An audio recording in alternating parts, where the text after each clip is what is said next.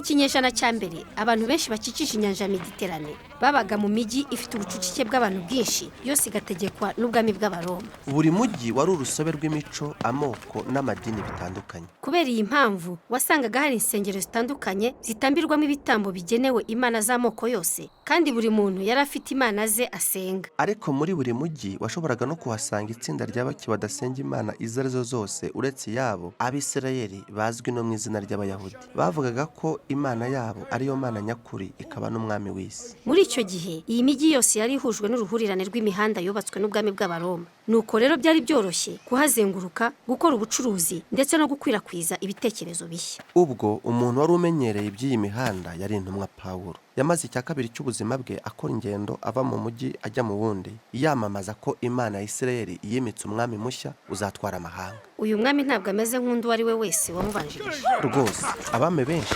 bategekeshaga igitugu cyangwa imbaraga, ariko uyu mwami mushya we ategekesha kwitangira abandi n'urukundo. Izina rye ni Yesu, naho Pawulo akamubera umuhamya. Arahamagarira abantu bose kubaho bayoboka ubutware bw'uwo mwami. Inkuru z'ingendo za Pawulo n'uburyo abantu bakiraga ubu butumwa nibyo igice cya gatatu cy'Ibyakozwe n'intumwa kibandaho. Mu gihe runaka Pawulo yatuye mu mujyi wa Antiyokiya. Ahereye aho we nabo bakoranaga bakora ingendo 3, bagendera ku butaka no mu nyanja, bajya mu mijyi y'ingenzi iri hirya no hino mu bwami bw'Abaroma. Muri buri mujyi Pawulo yabanzaga kujya mu isinagogi y'Abayuda, aho bene wabo bateraniraga. Yatangiraga yigisha no kwerekana ko umwami Mesiya wasezeranijwe mu byanditswe by'Abaheburayo ari Yesu w'i Nazareti. Nuko bamwe bizera iyo nkuru, abandi ntibayizera. Abandi nanone batekerezaga ko ubu butumwa ari ubuyobe kandi bukwiriye kwirindwa, bagatangiza imvururu zo kwirukana Pawulo mu mujyi. Maze rero ubwo nibwo Pawulo yisangaga ari mu ruvunganzoka rw'abantu mu isoko ry'umujyi. Yishyiriragaho iseta ryo gukora no kugurisha amahema akozwe mu mpu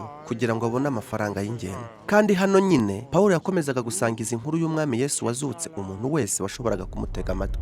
Akenshi bamwumvaga nabi bibwira ko ari kubwiriza imana y'inzaduka. Umunsi umwe yasengeye umuntu arwaye, uwo muntu arakira. Nuko abari aho batekereza ko Pawulo yaba ari imana y'ubugereki yamanutse kubasura. Ariko Pawulo ashimangira ko hariho imana y'ukuri imwe rukumbi, kandi ko we ari umugaragu wayo. Ubu butumwa bwaje gutuma abantu bamurwanya ndetse n'imyigaragambyo ikiyongeranya, maze arakubitwa ndetse ashyirwa mu nzu y'imbohe. Kuki babyakiriye nabi cyane batyo? Umva, gusenga ibishushanyo bisengwa byahuzaga imico y'Abaroma. Bibwiraga ko ibigirwamana bituma umujyi wabutekana, kandi gutambirira imana mu rusengero byari igice kinini cy'ubukungu bwabo. Pawulo ntabwo yabaga ari kongera Yesu ku rutonde nk'indi mana nshya. Yarababwiraga ati izindi mana zose ntizifite imbaraga ndetse n'ikinyoma gisa. Bityo akaba arimo gutesha agaciro imigenzereze yabo cyane, kandi birenze ibyo. Ubwo Pawulo yamamazaga Yesu nk'umwami mushya, yamwitaga umwami cyangwa umwana w'Imana, amazina y'icyubahiro abantu bakoreshaga bavuga umwami w'abami w'i Roma.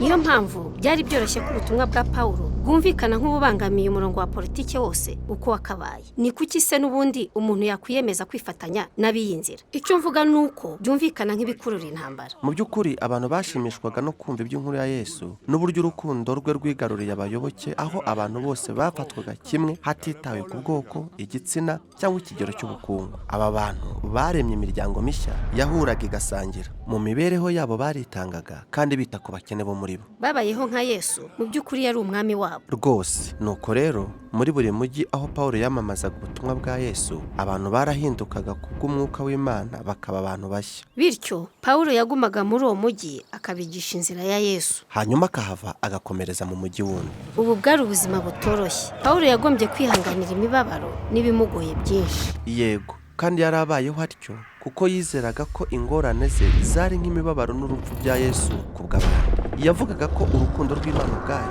ari rwo rumuhata kuvuga inkuru ya Yesu uko byaba biri kose. Nyuma y'urugendo rwa Pawulo rwa gatatu, ubuhamya bwe bwari bumaze gukomera. Yari amaze kugira inshuti nyinshi, ariko n'abanzi yagombaga kugendera kure nabo bagendaga biyongera. Nyamara Pawulo ntiyibuzaga guhura nabo. Ahari hatahiwe ni Yerusalemu, umujyi wari wuzuye abantu bamwifurizaga gufungwa ndetse no gupfa. Nuko rero impamvu yagiye Yerusalemu n'ibyabaye yagezeyo nibyo igice cya nyuma cy'Ibyakozwe n'intumwa kibandaho.